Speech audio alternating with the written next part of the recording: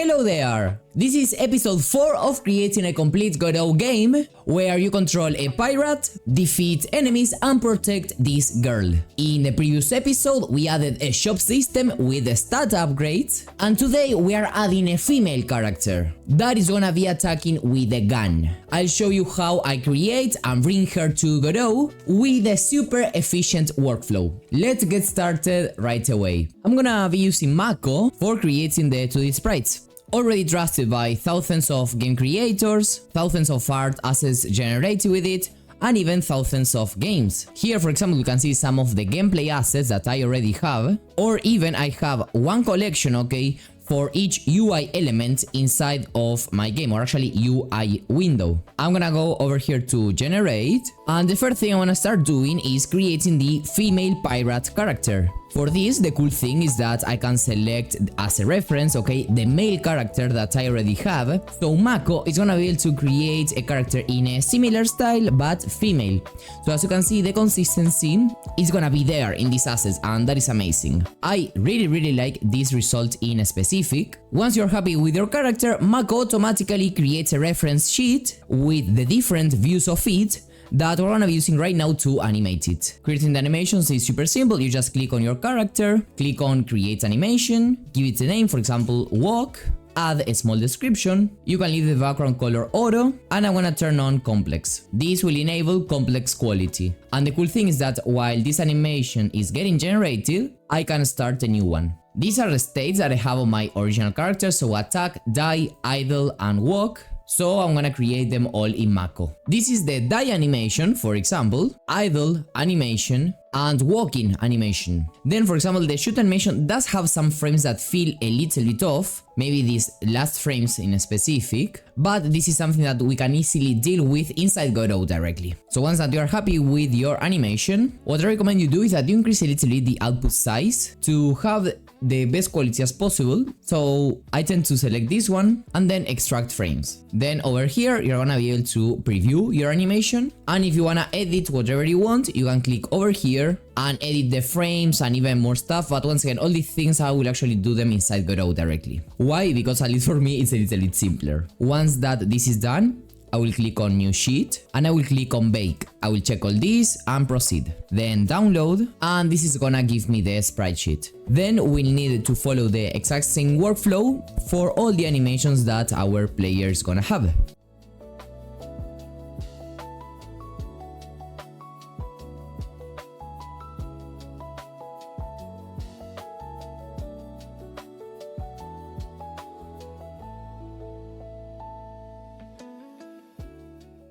And well, these are the final sprite sheets. Now what I wanna do is import everything inside Godot, and I wanna start seeing how to actually implement this new character. I will start off by duplicating the original player scene that I already have, and I will go inside of the animated sprite 2D and replace all the different states with the new sprite sheets I've just downloaded.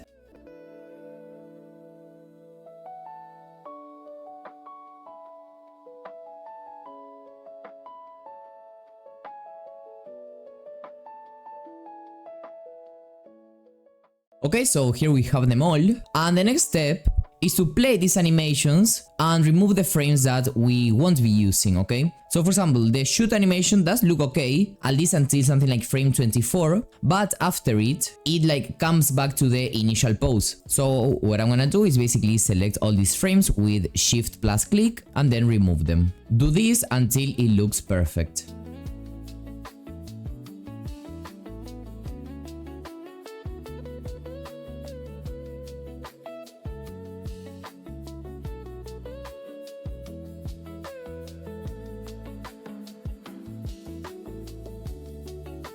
So for example, the walk animation that wasn't looping 100% perfect, the only thing I really needed to do was to remove some of the frames. Then I told Claude to add a logic to be able to use this character in a very similar way as we use the male character. They should basically be the same thing, but the girl shoots a bullet and the male pirate has a sword.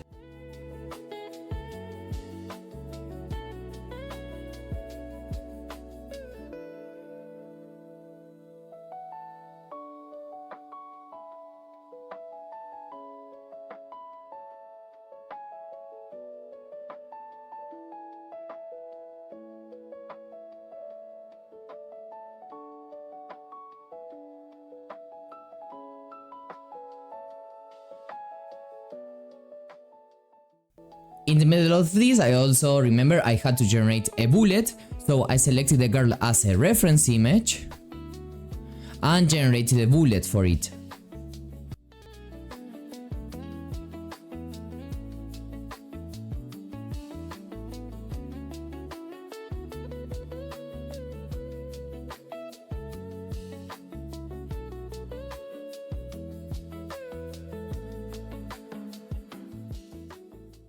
And once again I went back to Godot and continued setting up everything. Some stuff I did myself, some other stuff I asked Claude, but it was always this back and forth, testing something. If it wasn't exactly as I wanted it to be, I told Claude, tested back again and told Claude again.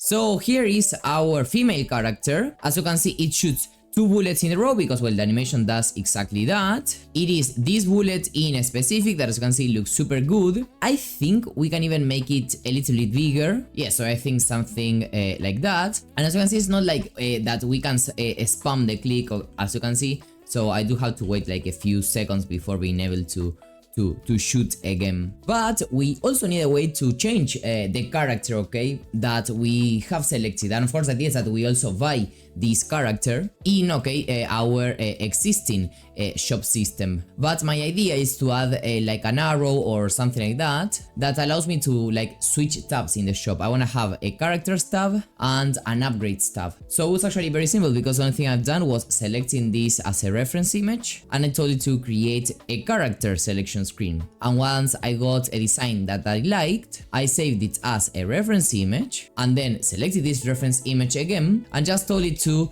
okay, give me, for example, just this button, then just this button, then this panel, for example. And as a result, now in my shop, I have like general elements over here, but then I have some collections with the upgrades panel and the characters panel. And to, for example, download all these elements in literally 2 clicks, export, and here I have them. Therefore, what I need to do now is import everything inside Godot, create this new window, and at the same time I'm gonna be using Claude to actually add all this logic, because we should be able to buy this new character, select it, change between the two. So it's actually a pretty complete logic that we need to add. And personally, this is the part that I like the most because it's putting together inside Godot all the assets that we've been creating, so everything starts coming to life. And the cool thing is that once that you have your user interface completely set up and you know exactly what you need to do, you can use what is called an MCP. In this case I'm using Godot AI, that is completely free and open source, and this basically connects to your coding assistant and makes it work way better with the Godot editor. That's why Claude, for example, was able to understand the different UI elements because it was able to read the scene hierarchy, and that's why literally in a matter of few prompts, without giving it a screenshot or without explaining the node hierarchy, it was able to literally do everything. So indeed, this is a very efficient workflow. So okay, Claude is still working. I told you to write a documentation, okay, about the shop itself because it's getting a little bit more complex. And here we have it. So the idea is that we have different windows. So for example, this is the characters window and this is the upgrades. And the idea is that with these arrow buttons, I can switch from upgrades, for example, to characters. So let's check this out. When I start playing, I have like the default character, okay, and I can basically collect coins. And well, I have the upgrades over here that apply to both characters, by the way, and over here, okay, I have the actual characters, okay. So for example, I have this guy selected and I can buy the woman. Also, I'm telling Claude to add a fade when clicking the arrow for switching the window so that it's a little bit juicier. And also I wanted to give me like hundreds of coins on start so that I can actually try out the shop without having to play and collect them manually. So let's try this out. I now have 999 coins. I can go to the shop, okay, and here are the upgrades. here are the characters. As you can see, currently I have this guy selected, but let me buy the new character and let me now select it as well. So as you can see here, I can select whichever I like the most. Let's close this window, and now I have my new character. As you can see, I really like it because I have this girl over here that I can attack like in the distance. I do think it's maybe a little bit overpowered right now, but you know, the base implementation is there. And if I ever wanna switch back to the other character, I can select it over here, close this, and now I'm back with him. Over here on the female, as you can see, I can actually modify, for example, the reload time, so I can increase it a little bit, maybe to 2. So I'm not gonna now be able to shoot that many bullets. So let's go ahead and select it first. And now let's check it out. As you can see, now it takes way more time for me to be able to reload. And I think that now it is a little bit more balanced, okay? And once again, it's amazing that I have all states. So I can walk, I can be on idle as well, and I even have the die state.